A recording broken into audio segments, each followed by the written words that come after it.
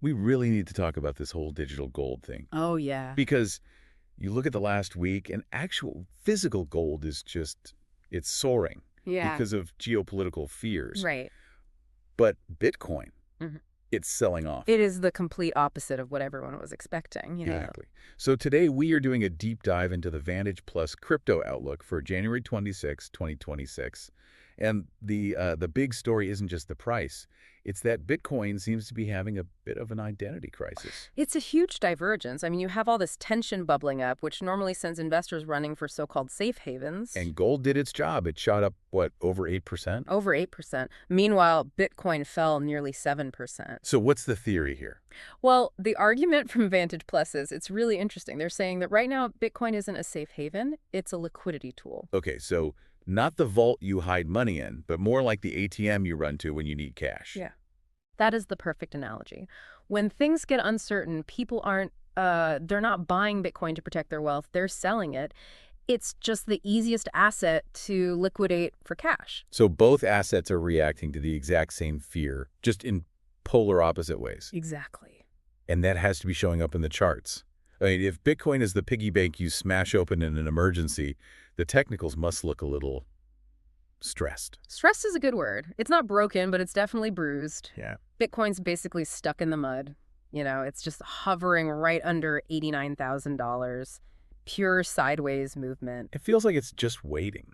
It is. The report points directly to the 50-day moving average. That's the ceiling. It's sitting right around that $90,000 mark. So that's the number to break. That's the lid on the pot. If we Yeah. can punch through that, the bullish trend is probably back on. And if not, we're just watching the floor. We're watching the floor, and that floor is $85,000. If Bitcoin loses that level, the whole uptrend is in serious trouble. So, yeah, we're just boxed in.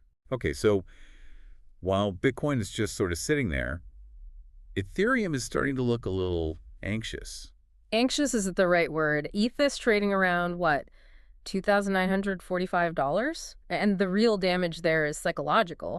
Slipping below $3,000, that just shakes confidence. You always get that uh-oh feeling when a big round number breaks. For sure. The line in the sand now is 2,900. The source is clear on this. If that holds, we could see a bounce. But if that floor breaks, there isn't much support underneath. Speaking of not much support, the altcoins look even heavier.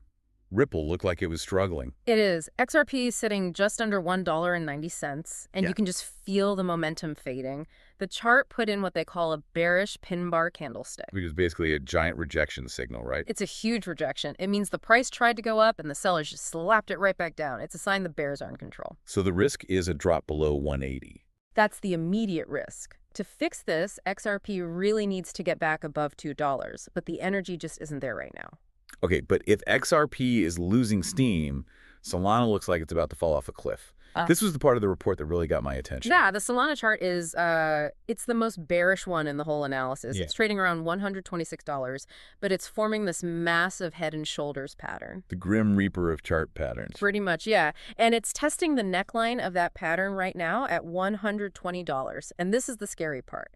Vantage Plus warns that if SOL breaks 120, the target is $25. Wait, hold on. From 126 Right. down to 25. That's wiping out years of gains. How? It's what traders call an air pocket. There's almost no structural support, no historical trading volume between 120 and 25.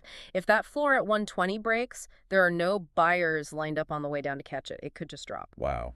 Okay, so 120 on Solana is maybe the most important number to watch this week. I would say so, yes. So to wrap this up, gold is the vault, Bitcoin is the ATM, and the altcoins are kind of teetering on the edge. It sounds like a sit-on-your-hands kind of market.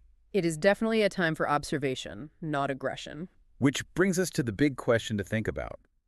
That divergence we started with.